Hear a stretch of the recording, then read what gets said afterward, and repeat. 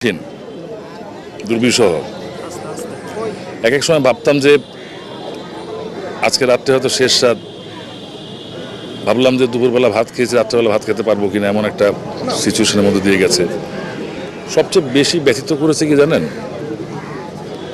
ছোট ছোট বাচ্চাগুলোকে কি নির্মমভাবে এরা, মানে এগুলো আসলে প্রচণ্ড কষ্টদায়ক, প্রচণ্ড পীড়াদায়ক। এগুলার কি বর্ণনা করবো বলেন? পৃথিবীতে কখনো এই ধরনের ঘটনা ঘটেছে কিনা, নিজ দেশের মানুষকে একটা দাবি আদায়ের আন্দোলনে এভাবে এত নৃশংসভাবে হত্যা করতে পারে বাচ্চা বাচ্চা ছেলেগুলোকে, যারা আগামীর ভবিষ্যৎ। ইউনিভার্সিটি স্টুডেন্টসরা, একটা মা একটা বাবা তার একটা সন্তানকে ইউনিভার্সিটি পর্যন্ত আনতে কতটা কষ্ট করেন, অথচ সেই স্বৈরাচারের ঘাতকের বুলেট সেই প্রাণগুলাকে কিভাবে কেড়ে নিল। আমি আসলে স্পেল বাউন্ড। আমার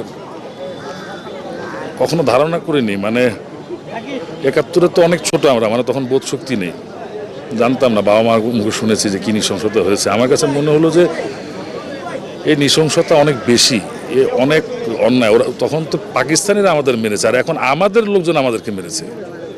এই কষ্টটা কত কত বেশি আপনি একবার চিন্তা করেন, এবার ভাবুন না। এর মধ্যে internet shutdown, telephone network shutdown, যোগাযোগ ব্যবস্থা বন্ধ। কোথায় কি হচ্ছে, কোথায় আমার সন্তান, কোথায় আমার স্ত্রী, আমি কোথায়, কোথায় আমার বন্ধু বান্ধব, কোথায় আমার রাজনৈতিক সহযোদ্ধারা, কারো কোনো দিন মানে কোনো খবরাখবর নিতে পারছি না। কেউ বেঁচে আছে না মরে গেছে সেই খবরটা পেতাম না। এমন একটা দুর্বিষহ জীবনযাপন, খুব কঠিন। তবে আল্লাহর কাছে শুকর, আলহামদুলিল্লাহ, যে আল্লাহ এই হায়নার হাত থেকে, এই ফ্যাসিস্ট স্বৈরাচার, এই ড্রাকুলার, এই রক্ত পিপাসু ডাইনির হাত থেকে যে আমাদেরকে রক্ষা করেছেন। আমাদের অনেক অনেক ছাত্র যুবক জনতা আত্মদানের বিনিময়ে আজকে আমাদের এই স্বৈরাচার ফ্যাসিস্ট মুক্ত বাংলাদেশ। তবে আমি একটা কথা বলি, কবিতার লাইনে 4টা লাইন বলি। যতবারই মারো জন্মাবো আবার, দারুণ সূর্য হব লিখব নতুন কোন ইতিহাস। অভিশপ্ত বুলেট জানে না, ভালোবাসায় যে বেঁচে থাকে মৃত্যু তাকে ছোঁয় না। দীর্ঘদিনের আমাদের দলের যে সংগ্রাম, দীর্ঘ 17 বছরের সংগ্রাম, আমরা চেয়েছি মানুষের অধিকার প্রতিষ্ঠার সংগ্রাম। মানুষের ভোটাধিকার ছিল না, সেটা প্রতিষ্ঠার সংগ্রাম।